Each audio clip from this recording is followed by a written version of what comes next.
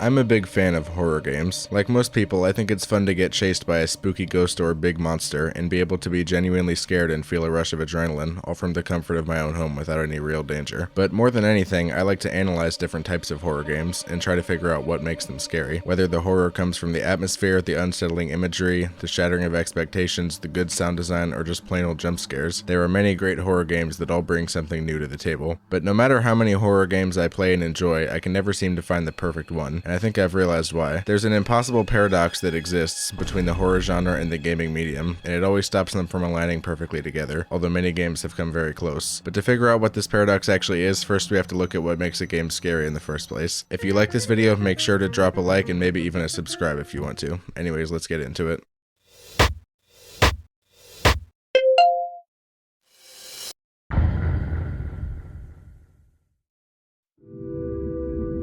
If you've ever tried to make a horror game, or anything in the horror genre really, you'll know that making something actually scary is very hard. You need to have a consistent style so as not to break immersion, creepy sound design and possibly music, a scary monster or antagonist of some sort, a somewhat coherent story, and many other things. Do all that and you have a generic horror game. Scary, but probably not unique enough to become an all-time classic. Horror games that people remember tend to have something that sets them apart. For example, Doki Doki Literature Club, which is one of my favorite horror games ever, tricks you into thinking it's a generic dating sim until things get dark really fast.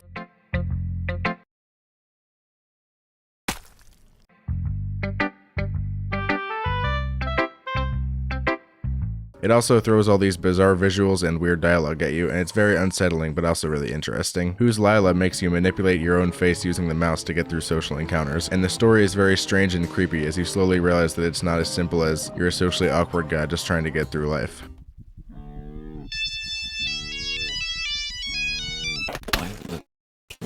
Thank you. Let me back in. Five Nights at Freddy's, well, if you go back and play FNAF now, it seems generic and a little boring, but I think that's because FNAF is to modern horror games what the Beatles are to modern music. It laid so much groundwork for ideas and concepts to be expanded upon, and they were, but because so many games used its style, it now feels like a generic copy, even though it came first. So the best horror games tend to have something that sets them apart, but I've noticed there's one thing that they all share in common. One thing that is absolutely essential to the horror genre, and even the primal idea of fear itself. The thing that I'm talking about is a lack of control. Imagine if you took, say, Little Nightmares, and you said, okay, you're this tiny guy getting chased by a big scary monster, but you have a gun. If you shoot him, he dies and you're safe. It wouldn't be scary at all. The key element of horror is that there's something chasing you that's more powerful than you are, and it's going to get you whether you like it or not. Now, there are horror games with guns in them, but even in games where you can shoot at the monsters, you're never an all-powerful killing machine. You're slow, and your bullets do almost nothing, and are more like a last resort than a powerful weapon. Games where you mow down hordes of monsters, despite sometimes branding themselves as horror, start to feel more like an action shooter than anything. Let the player kill 100 monsters, and the 101st one just won't be that scary. I think we as humans have so much control over things in our daily lives that we have an intrinsic fear of things we can't control or understand, especially things that want to harm us. But philosophy aside, the point is that loss of control equals scary. So just make a game where the player has no control. What's the problem? Well, let's look at what makes video games fun in the first place.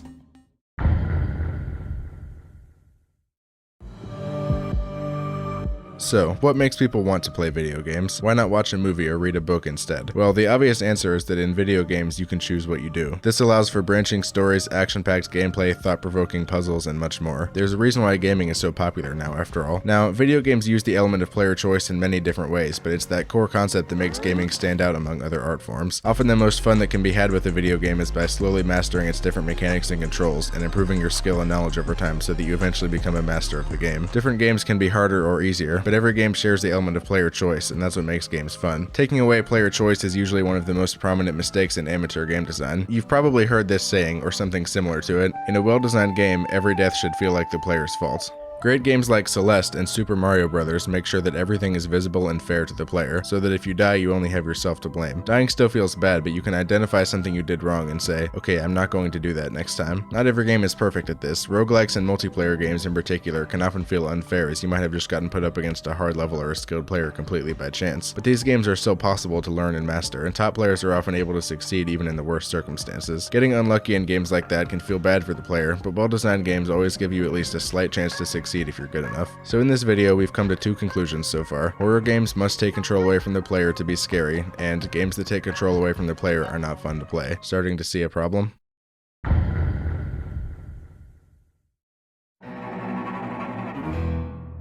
So we found our paradox. To make a horror game scary, the monster must be able to kill the player even if the player is skilled and has knowledge of the game. But if the monster is that powerful, the game feels unfair to play. This is why, in my opinion, the perfect horror game can never be created. But I'm making it sound like it's flat out impossible to make a good horror game, and there are many successful and well-loved horror games out there. So how do they do it? Well, the trick is that it's not just less control equals scarier and more control equals more fun. It's almost like that, but there's a line that can't be crossed. If the player has too much control, the game becomes unfun. And if the player has absolutely no control, the game becomes, for lack of a better word, unscary. Let me explain what I mean. In the original FNAF, if you run out of power, there's a whole sequence that plays where Freddy Fazbear appears at your door and does his thing for a little bit and then comes in and kills you. This sequence is, in my opinion, not scary. The reason is that once the power is out, you have absolutely no control over what happens next. The only deciding factor in your survival is whether Freddy takes too long and the night ends before he gets you. Since you can't affect this in the slightest, you can just kick back, relax, and see what happens. A horror game needs you to be connected to it, providing inputs and decisions, and your success needs to depend at least slightly on that input. When you run out of power in FNAF, you lose that connection and the horror is gone. It doesn't matter what you do at all, so you don't care anymore. So lack of control makes a game scary, but too much makes you lose the connection and the game gets non-scary again. An example of the opposite problem would be the creative mode in Minecraft. If you somehow don't know, creative mode lets you fly, place whatever blocks you want, and be completely invincible. If you want to build a big structure or experiment with things, creative mode is probably what you'll be using. But survival mode, in which you have limited health and resources and can't fly, is what almost everybody uses when they want to play through the game normally. If you were just flying around in creative mode and spawning whatever you needed to beat the game, it wouldn't be fun. This is because the struggle is what people enjoy about Minecraft, at least most people. And this doesn't just apply to Minecraft, it applies to all games. There needs to be at least some obstacles in your way, even if you as a player control most of it, or else the struggle is lost. So let's look at what we figured out so far. Less control equals scarier, but no control and the scariness is lost. More control equals more fun, but too much and the game becomes unfun again. Side note, having a lot of control doesn't just mean the game is easy. Control doesn't just mean you have power over everything right from the start, but that the game is predictable and fair, so that it can be learned over time. So anyway, is there some middle ground on this scale where the game can be 100% scary and 100% fun? Well, almost. I find that every game has to lean at least slightly on one of two sides, more scary or more fair. Games that lean slightly on the scary side can be mastered almost completely, but the monster is still going to kill you sometimes, and it might not always be fair. This keeps the game scary, but if you really care about gameplay and progress, it can be frustrating at times. Lethal Company is a good example of this, with monsters like the Bracken and the Forest Giant that you're sometimes completely powerless against. And games that lean slightly on the fair side can be mastered and beaten without deaths by someone who knows what they're doing, but the spookiness can be lost in the factor. Using FNAF as an example again, the animatronics are scary, but if you're smart with the cameras and the doors, there's nothing they can do. If you watch any YouTuber play FNAF, at least those who aren't exaggerating for views, you'll notice that as they get better at the game, they become less scared and more just annoyed or indifferent when they get jump scared, because the amount of control the game gives you turns it from a spooky pizza palace to a test of skill.